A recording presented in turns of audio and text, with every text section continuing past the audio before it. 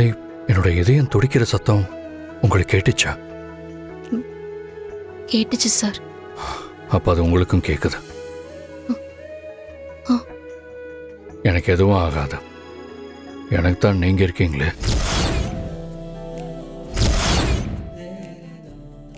Sir, என்ன சொன்னீங்க?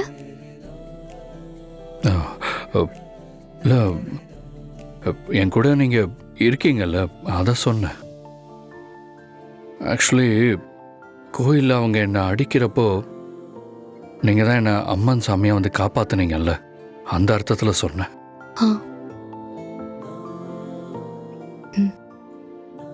எனக்கு எதுவும் ஆகாது.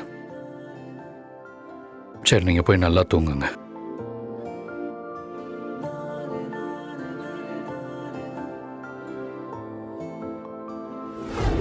பாரதி ஒவ்வொரு தடவையும் ஜெயிச்சுக்கிட்டே இருக்கா, நாம தோத்துக்கிட்டே இருக்கோம். அத அப்படி சொல்லக்கூடாது மித்ரா.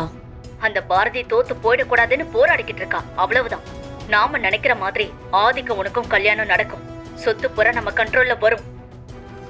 அதான் நடக்கவே விடாம இந்த பாரதி நந்தி மாதிரி குறுக்க வந்து நிக்கிறாளே. உடனே அவங்கள ஒரு வழி பண்ணணும்.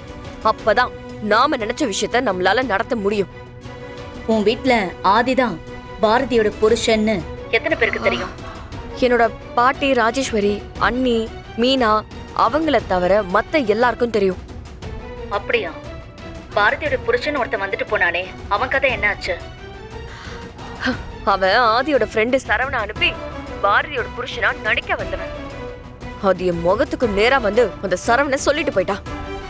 ஆனா ஆதிக்கு இந்த விஷயத்த பண்ணது சரவணன்னு இப்ப வரைக்கும் தெரியாது. அவன் பாரதியையும் ஆதியையும் சேர்த்து வைக்கதான் இத்தனையும் பண்ணிருக்கான். கதை அப்படி போகுதா? அப்போ இந்த தடவை நம்ம சைட்ல இருந்து பாரதியோட புருஷனா ஒருத்தனை அந்த வீட்டுக்கு அனுப்புனா எப்படி இருக்கும்?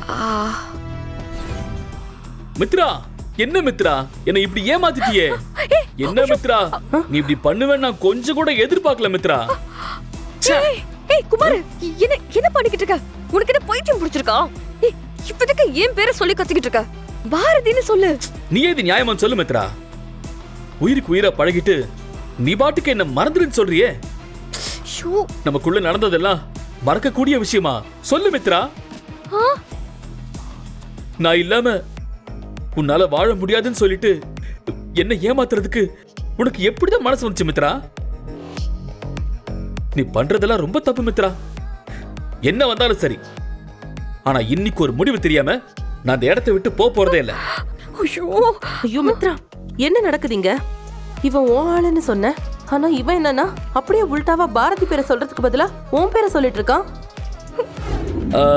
நான் ஒரு பொண்ண உயிருக்கு உயிரா காதலிச்சேன். அவதான் என் உசுரு, என் மூச்சு காத்தே அவதான். பாத்துக்கோங்களேன், நான் வாழ்ந்தா அவ கூட தான் வாழணும்னு ரொம்ப ஆசையா இருந்தேன். அவளும் அப்படிதான். என் மேல ஒரு தூசி பட்டா கூட தாங்க மாட்டா. அப்படி இருந்தப்பதான் அந்த பொண்ணு, அதான் என் காதலி, அவளுக்கு ஃபாரின் போய் ஆகணுங்கிற கட்டாயம் வந்துச்சு.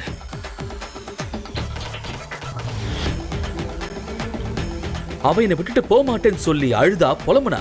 அப்புறம் எப்படியோ ஒரு வழியா நான் அவளை சமாதானப்படுத்தி எங்களை யாரும் பிரிச்சிடக்கூடாதுன்னு நாங்க 2 பேரும் ரெஜிஸ்டர் மேரேஜும் பண்ணிக்கிட்டோம்.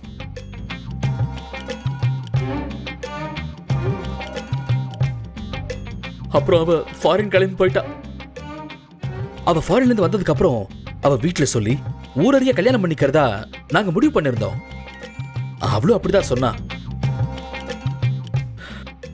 ஆனா ஐயோ, போச்சு போச்சு போச்சு, எல்லாம் போச்சு.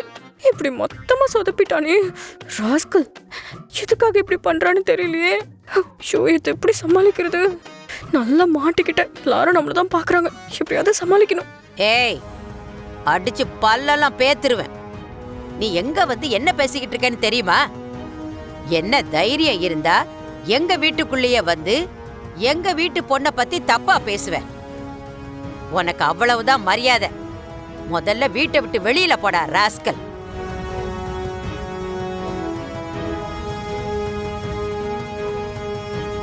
பாட்டி, உங்க கோவம் எனக்கு என்னன்னு புரியுது. திடீர்னு யாருன்னே தெரியாத ஒருத்த வந்து உங்க பேத்திக்கும் அவனுக்கும் கல்யாணம் ஆயிடுச்சுன்னு சொன்னா உங்க மனசு எவ்வளவு பாடுபடும்னு என்னால புரிஞ்சுக்க முடியுது பாட்டி. ஆனா உண்மையான யாருக்கும் பயப்பட மாட்டேன் பாட்டி. நான் சத்தியமா சொல்றேன், நானும் மித்ரா வந்து லவ் பண்ணோம். எங்களுக்குள்ள ரெஜிஸ்டர் மேரேஜ் கூட ஆயிடுச்சு.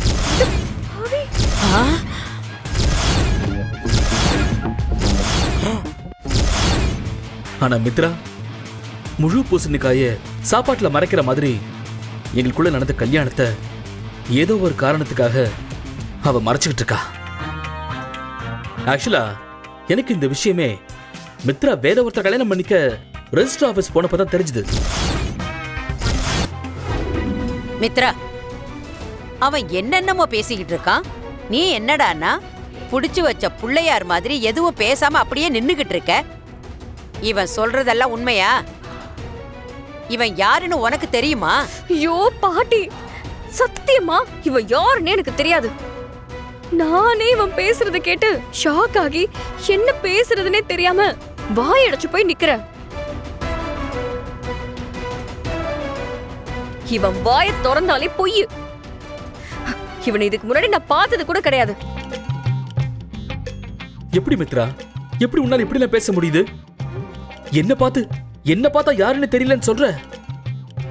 தப்பு மித்ரா, இது கொஞ்சம் கூட சரியில்லை. பாத்துக்கோ,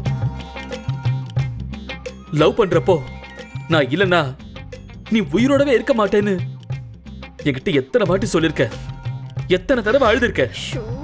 நீயா இப்படி பேசுறேன்னு எனக்கு ஆச்சரியமா இருக்கு. நீயும் நானும் உருகி லவ் பண்ணதெல்லாம் மறந்துட்டியா? வேணாம் மித்ரா, இன்னொரு தடவை அந்த வார்த்தையை நீ சொல்லி நான் கேட்டா என் நெஞ்சு வெடிச்சு இந்த இடத்துல நான் செத்துருவேன். மித்ரா, என்ன பார்த்து யாரும் தெரியாதுன்னு சொல்றியே, உனக்கு என்ன மெமரி லாஸா?